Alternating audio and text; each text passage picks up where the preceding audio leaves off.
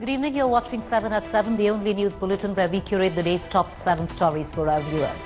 Before I hit the headlines, I want to quickly take our viewers through where India stands numerically with its fight against COVID-19. We are right now at 36,91,166 positive cases, recording a total of 65,288 deaths.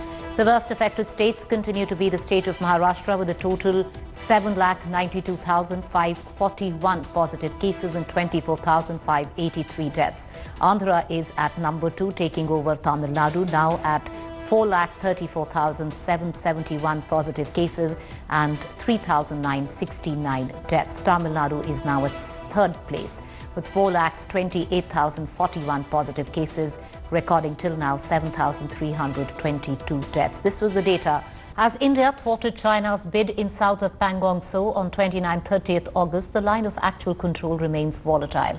India today has learnt that Indian and Chinese tanks are in extremely close range of each other. Could the border standoff escalate? Take a look at this report.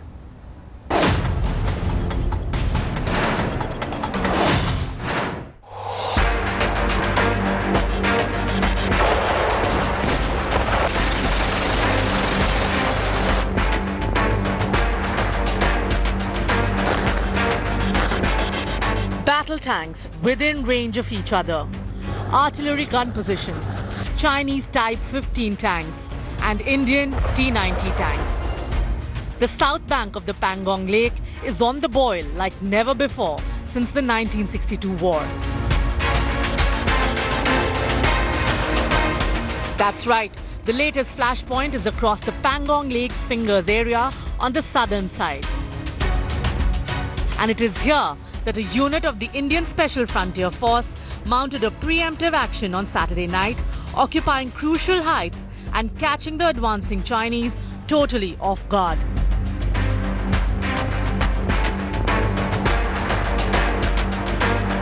Chinese Type 15 tanks now sit near the base of the mountains, with the Indian forces staring down at them.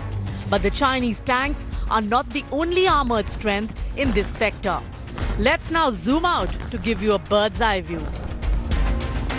This is where things now stand. The red arrow points to the heights taken over by India at the line of actual control, including Kala Top. But just a few hundred meters downhill are Chinese tanks, armed and ready, but totally at a disadvantage because they are lower down.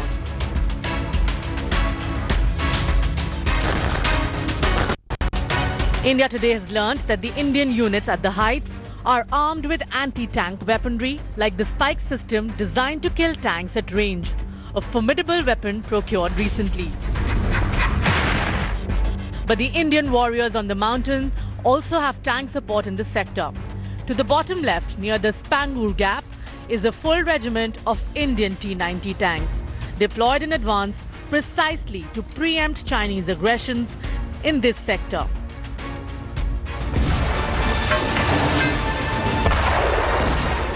These tanks are heavier and less agile than the Chinese Type 15 tanks, but the flat land of the Chushul sector makes this perfect terrain for such combat vehicles. This is the first time that Chinese Type 15 and Indian T-90 tanks have been positioned so close to each other, completely within range and on terrain where both can be very effective.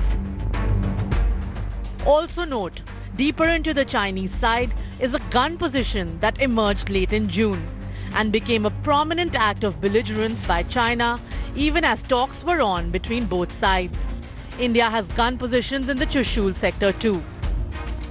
Since the Galwan bloodshed of June 15, this is the first truly aggressive face-off between the two sides, with India not only speaking from a position of strength but also calling for a de-escalation. India Today will continue to bring you the latest of a rapidly evolving story. With Manjeet Negi and Shiv Arur in Delhi, Bureau Report, India Today. After China's bid to intrude into Indian territory failed, the Dragon has now blamed India for trespassing into its territory at the southern bank of Pangong Tso Lake and near the Rekin Pass in the western sector of India-China border.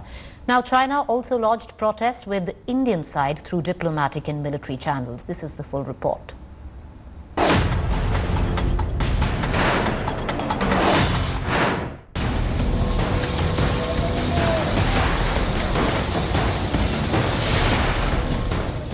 China is virtually in a state of shock after India successfully thwarted its sinister attempt to intrude into the Indian territory in south bank of Pangong in Ladakh. After failing and getting a bloody nose, China is now back to playing the victim. It has lodged a protest with the Indian side on the latest border tension, asking India to exercise restraint and honor commitments, hiding the very fact that its People's Liberation Army is the actual violator. Chinese embassy spokesperson in Delhi, Zhi Rong, in a statement said that China had made solemn representations to the Indian side, urging it to strictly control and restrain its frontline troops and withdraw from the dominant heights and posts along the LAC. India today has learned that the protest was lodged by China both through diplomatic and military channels. The Chinese side formally lodged a protest during the brigadier commander level meeting held in Chushul on the Indian side of the LAC in Ladakh. Joint Commission meeting which we are holding virtually. The Ministry of External Affairs is yet to respond to the remarks. But India has so far maintained that it is open to disengagement but will give a befitting reply to Chinese aggression. India has tasted blood in thwarting Chinese attempts to change status quo, successfully blocking the Chinese troops from taking strategic advantage. Indian soldiers are fully operationally prepared and monitoring the situation on the ground. With Geeta Mohan, Bureau Report, India Today. Meanwhile, it's been 115 days since the Ladakh standoff has been simmering, and it's clear that China will not back off. Despite several rounds of military diplomatic level talks, China hasn't honored its commitment of restoring status quo, from moving its troops and battle tanks to deploying its fighter jets along the LAC. Here's how the tension has not just been simmering, but building up.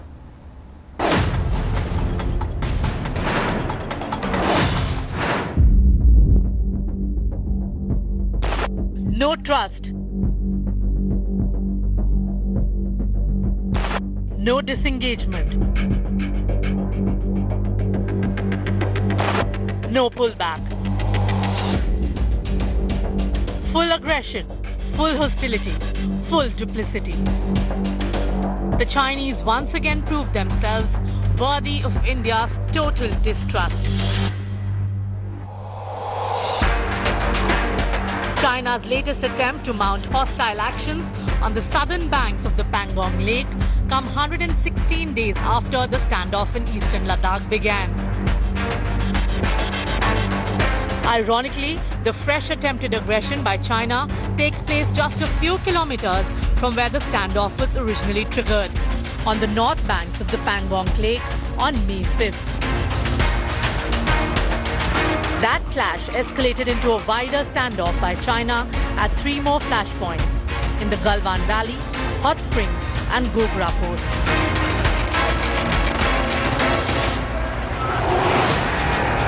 On 6 June, recognizing the warlike mobilization, the two sides held unprecedented Lieutenant General level talks to defuse the situation.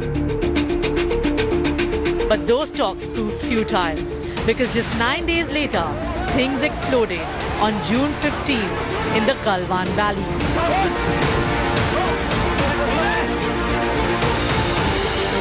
With a violent clash that killed several troops on both sides, an incident revealed and detailed first on India Today.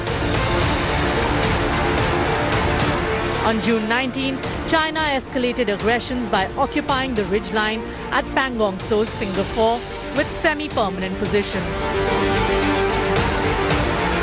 On June 23rd, India Today reported on satellite images depicting crucial Chinese movements on the southern banks of the Pangong Tso. Just days later, on July 3rd, Prime Minister Modi visited Ladakh. आक्रांताओं के हमलों को, अत्याचारों का मुंह तोड़ जवाब दिया. A few days later, the two sides arrived at an agreement to disengage.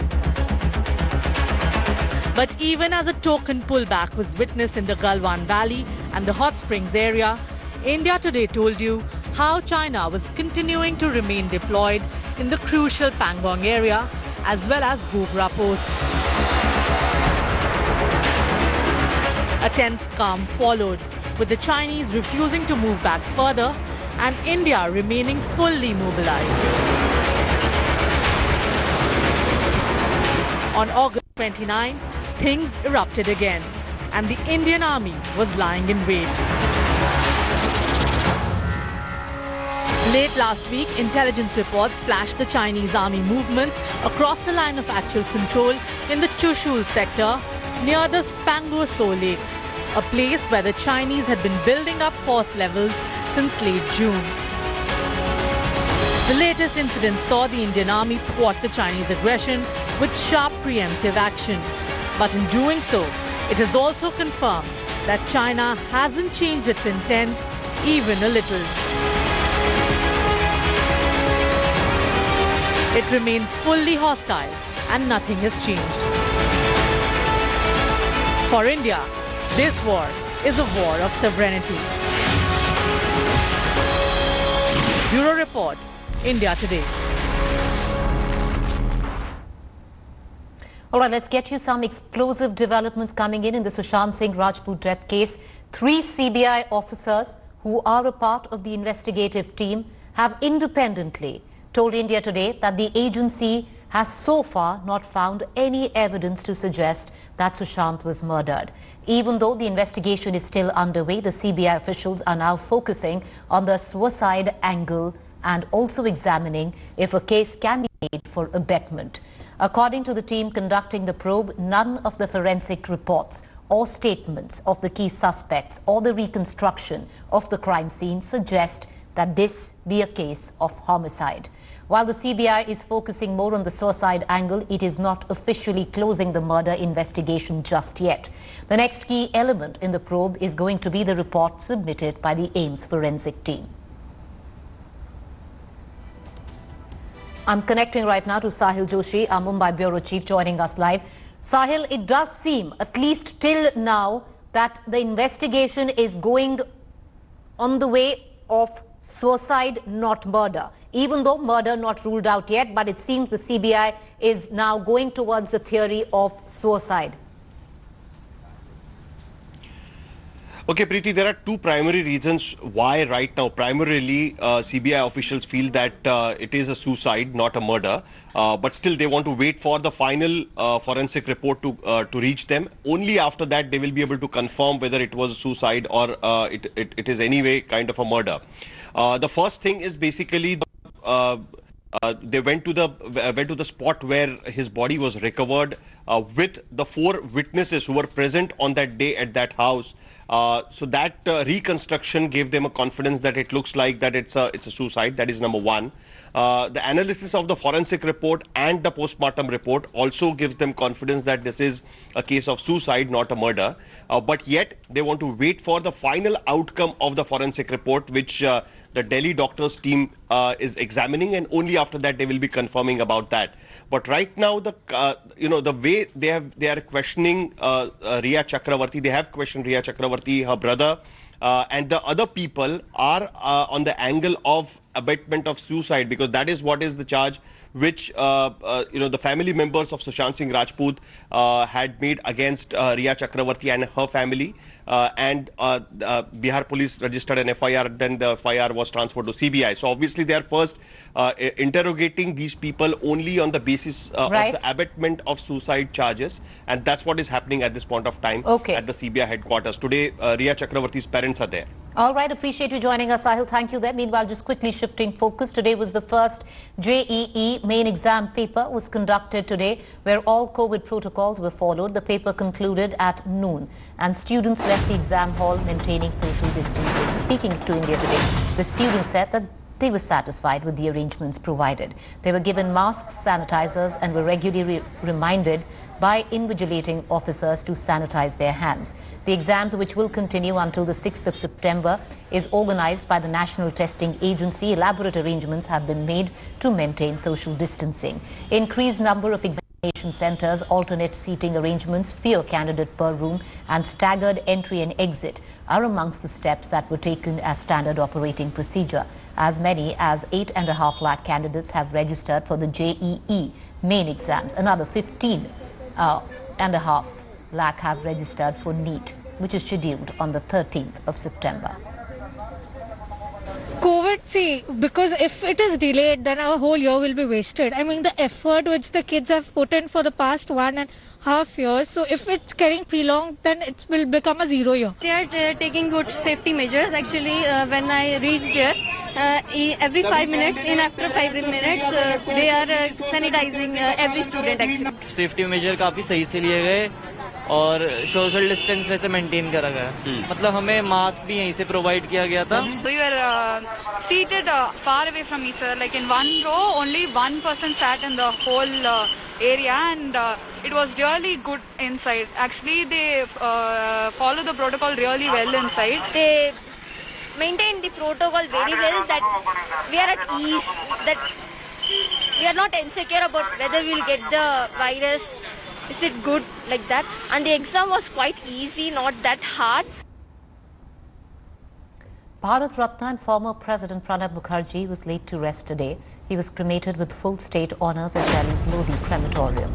All COVID-related protocols were followed during his last rites, as Pranab Da had tested COVID positive before undergoing a surgery for a brain clot at the army hospital.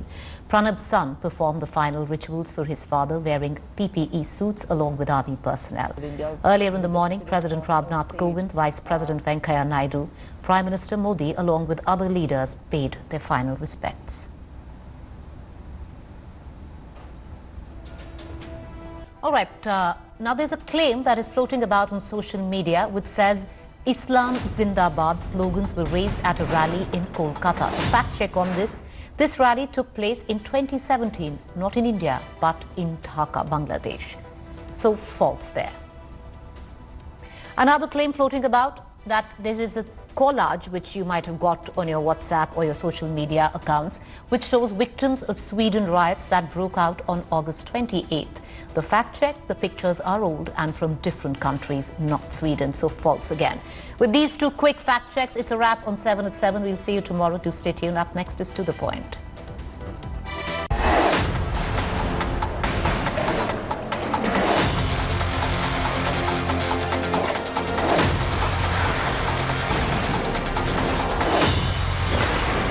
Hi everyone, Preeti Chaudhary here. Hope you like this video. For latest news and analysis, like and subscribe to the India Today YouTube channel. And don't forget to press the bell icon to stay updated. Thank you for watching.